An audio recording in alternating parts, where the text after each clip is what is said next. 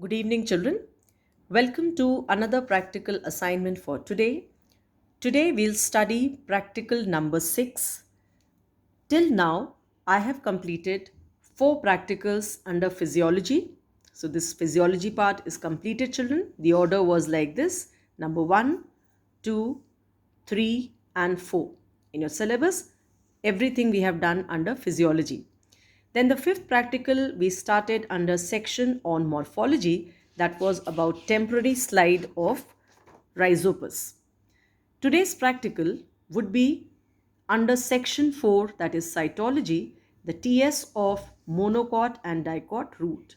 So your work today begins on a new sheet where you write the heading first, section 4, cytology, and then on a new sheet you will write down today's date, 23rd of August, and then the heading practical number 6.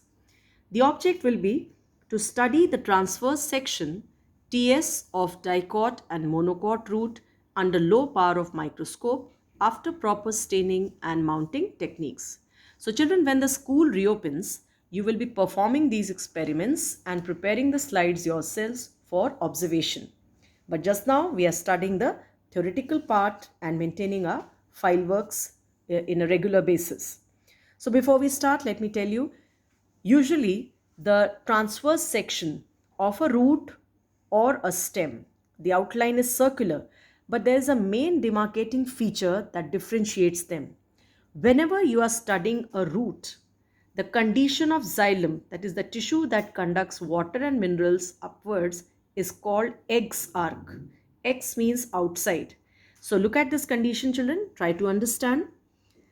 Look at this xylem. You can see the bigger element is towards the center.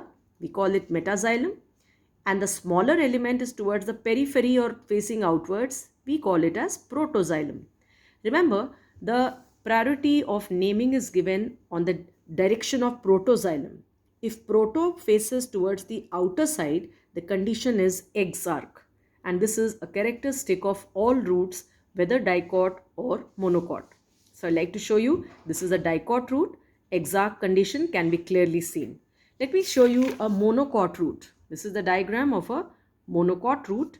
Again, see the xylem. Metaxylem in the center, protoxylem towards the outer side. So once again, this condition as a rule of roots is exarch xylem. But let me show you for a contrast the condition in stem. Though we are not studying today, but you should understand what is the opposite of exarch. This condition now is just the opposite of previous. Look at protoxylem.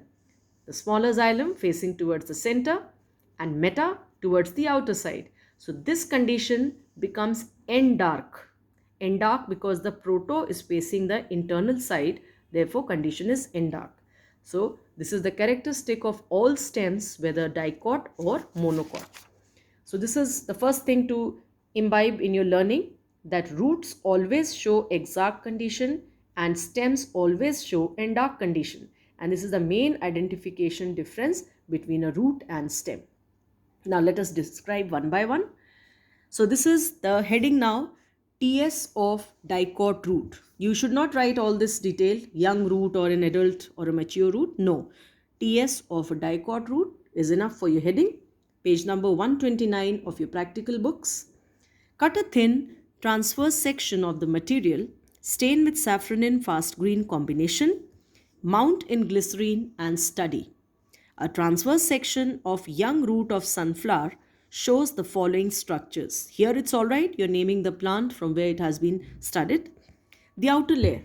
Look at this outermost layer, children. The box-shaped cells showing root hairs is called as epiblemma or piliferous layer.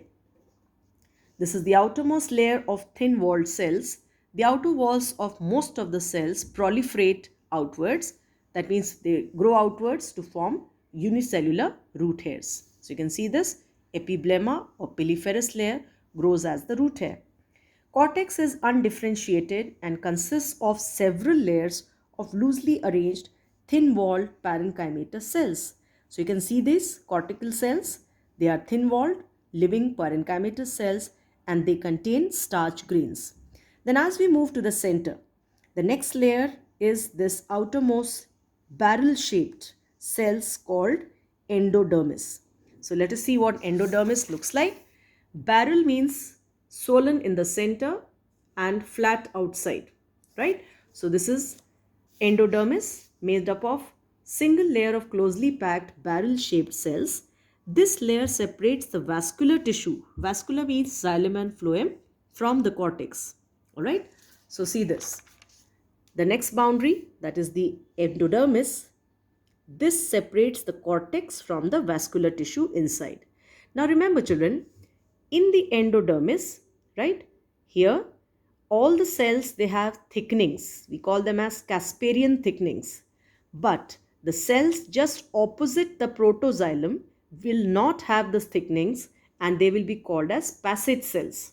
Alright, why passage? Because water is being absorbed by the root hairs, comes to the epidermis or the epiblema, comes through cortex, and then passes through the endodermis and the next layer called pericycle and reaches here. So this has to be a passage cell, and therefore no thickenings, what is like the Casparian thickening. So this is what you're writing.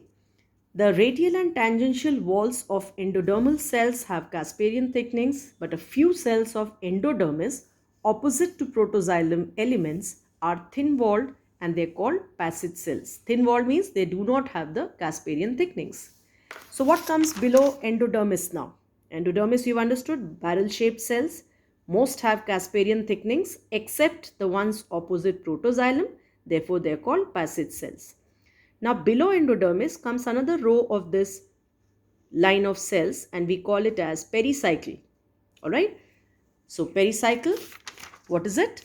It is a single layer of thin-walled cells inside the endodermis. Then in the center comes the vascular tissue, or the tissue showing radial arrangement of xylem and phloem. Now in the Dicot root, the xylem strands are less in number. Now you can see these are xylem 1, 2, 3 and 4. So the xylem number is 2 to 6. Here you can see it is 4, very much in the boundary limit. And every time when you're drawing the xylem, equal number of phloem tissues you'll draw in between. Right? So this is xylem, phloem, xylem, phloem, xylem, phloem, alternating. And the tissue that is in between is called as the conjunctive tissue. Alright? So the vascular tissue shows radial arrangement, usually 4, that is 2 to 6 strands of xylem, alternating with the phloem strands. The condition is exarch. I have already told you, the protoxylem facing towards the outer side and meta in towards the inner side. Then, a parenchymatous conjunctive tissue is present between the phloem and xylem strands. Then pith, it occupies a central area of the root region and is composed of thin-walled parenchymatous cells. So here you have the pith region of thin-walled parenchymatous cells. So this is the description about the Dicot root. Alright, I repeat, here you'll talk about the strands of xylem, and condition would be exarch, remember, proto outside, meta inside. Number 2, the counted number of xylem strands will be between 2 to 4, right? And the pith will be a small area in the center. Now, when you're going to study the other one, which I'll be posting in the next video just now, you will see in the monocot, the xylem elements are greater in number. Look at the number is 6 to 12, right? And here the pith is much well developed as compared to the previous one. So this is the difference between a dicot and monocot root. The condition of similarity will be, here it is exarch condition of xylem, here also it is exarch, but the difference is 2 in number. First is the xylem vessels or the strands. Here they would be 6 to 12, 1, 2, 3, 4, 5, 6, 7, 8. In this diagram it is 8, much inside the category of 6 to 12. But in the dicot it was much less. Alright. So points of identification: unicellular root hairs are present on epiblema, vascular bundles are radial and exarch, xylem strands 2 to 6, vessels are angular or polygonal in transection, and pith is absent or poorly developed. So broadly children, you have to be confirming the structure by the study of pith, which is small area or poorly developed, and xylem, Yes, exact condition, and only 2 to 6 when you're studying the Dicot root. So this is all for this video. Very shortly, posting another one after 5 minutes here will be the study of the monocot root. So today's practical, you have to write both the structures, children, not only just this dicot, but sending you another one where you have to write under the same object. Thank you.